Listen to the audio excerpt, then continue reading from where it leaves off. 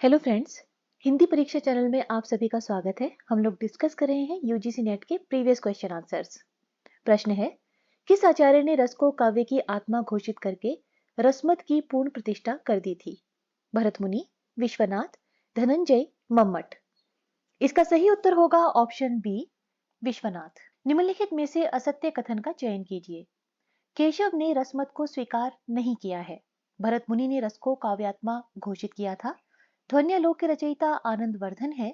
साधु में क्रोध का प्रदर्शन भावाभास कहलाता है।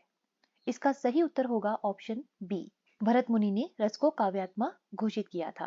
केवल वही विषय फैंटेसी कहला सकता है जो सभी प्रकार की मिथ्या बातों से भरा हो, जिसमें सभी घटनाएं वास्तविक किंतु अलौकिक हों, जिसे कवि ने शुद्ध काल्पनिक रूप में बनाया और माना हो तथा उसे बुद्धिमान पाठक भी शुद्ध काल्पनिक मानते हों, जिसमें ऐसी अवस्थाओं का वर्णन हो जो रहस्यमय तो हो किंतु साधारण मनोविज्ञान के अनुसार सिद्ध हो सकती हो। इसका सही उत्तर होगा ऑप्शन सी, जिसे कवि ने शुद्ध काल्पनिक रूप में बनाया और माना हो तथा उसे बुद्धिमान पाठक भी शुद्ध काल्पनिक मानते हो। फैंटेसी का सामान्य अर्थ है कल्पना, मिथ्या कल्पना, स्वच्छंदता या उन्माद। इसका सही उत्तर होगा ऑप्शन बी, मिथ्या कल्पना। फैंटेसी मिथ्या कल्पना के संबंध में असत्य कथन का निर्धारण कीजिए। चलचित्रों में फैंटेसी ने एक नया और अत्यंत सफल क्षेत्र प्रस्तुत किया है। शुद्ध विनोद के क्षेत्र में फैंटेसी सबसे अधिक मनोरंजक है। इसमें भौतिक विज्ञान के सब नियम बंधन टूट जाते हैं। मिथ्या तथ्यों से भरी हुई कृति ही फैंटेसी कहला सकती है। इसका सही उत्तर है ऑप्शन डी, मिथ्या तथ्यों से भरी हुई कृति ही फैंटेसी कहला सकती है। काव्य में कल्पना तत्व के संबंध में कौन सा कथन असत्य प्रतीत होता है?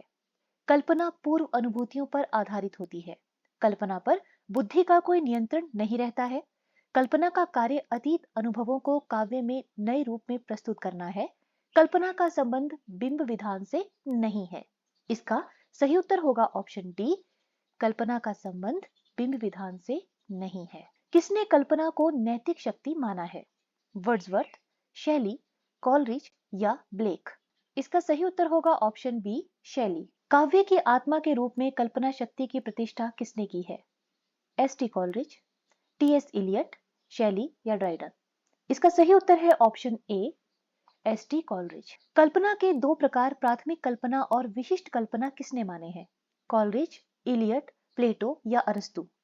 इसका सही उत्तर है ऑप्शन ए, कॉलरिज। जब कोई पदार्थ किसी भाव या विचार का स्वीकृत उपलक्षण या संकेत बन जाता है तो वह कहलाता है बिंब, प्रतीक, फैंटेसी या अनुयोक्ति।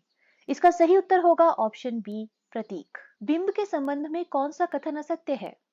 प्राय बिंब रूढ़ होकर प्रतीक बन जाते हैं। बिंब एक प्रकार का शब्द चित्र है जो कल्पना निर्मित और भाव गर्भित होता है। बिंब किसी पदार्थ को मूर्त रूप प्रदान करता है। कल्पना निर्मित होने के कारण बिंब हमारी चक्षु इंद्रियों को तृप्त करने में असमर्थ रहता है।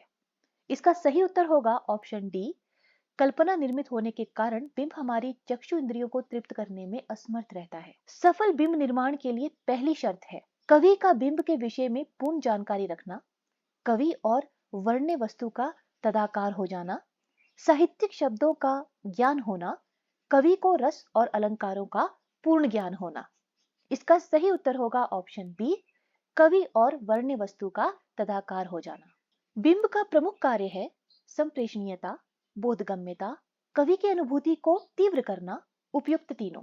इसका सही उत्तर होगा ऑप्शन डी, उपयुक्त तीनों। सफल बिंब योजना के लिए अत्यावश्यक है विषय और बिंब की संगति, ताजगी और सघनता, स्वाभाविकता और सरलता, उपयुक्त तीनों। इसका सही उत्तर होगा ऑप्शन डी, उपयुक्त तीनों। काव्यार्थ की दृष्टि से निम्नलिखित में से बिंब का कौन सा भेद है? अमूर्त, तात्कालिक, संश्लिष्ट या अलंकृत। इसका सही उत्तर है ऑप्शन सी, संश्लिष्ट। बिंब का एक भेद प्रत्यक्ष बिंब किस दृष्टि से विभाजित है? स्वरूप, प्रेरक अनुभूति, अभिव्यंजना या काव्यार्थ। इसका सही उत्तर है ऑप्शन सी, अभिव्यंजना। अलंकृत बिंबों में किसका सहारा लिया जाता है? रसों का, वक्रोक्ति का, अलंकारों का या औचित्य का। इसका सही उत्तर है ऑप्शन सी, अलंकारों का। केवल वे ही बिंब काव्यात्मकता से युक्त माने जा सकते हैं जो कि भावात्मक हो। कथन किस विद्वान का है? लेविस, कॉलरिज, कांट या सेंटायन। इसका सही उत्तर होगा ऑप्शन बी, कॉलरिज। प्रतीकों के वर्गीकरण में सर्वाधिक सफल और महत्वपूर्ण प्रयास किसने किया है? अर्बन, डिमित्रियस, बोलो, होरेस। इसका सही उत्तर है ऑप्शन ए, अर्बन। प्रतीक योजना का लक्ष्य होता है कथ्य को आकर्षक रूप प्रदान करना, केवल चमत्कार उत्पन्न करना, कथ्य को केवल स्पष्ट करना, मिथ्या कल्पना द्वारा भावोद्वेलन करना।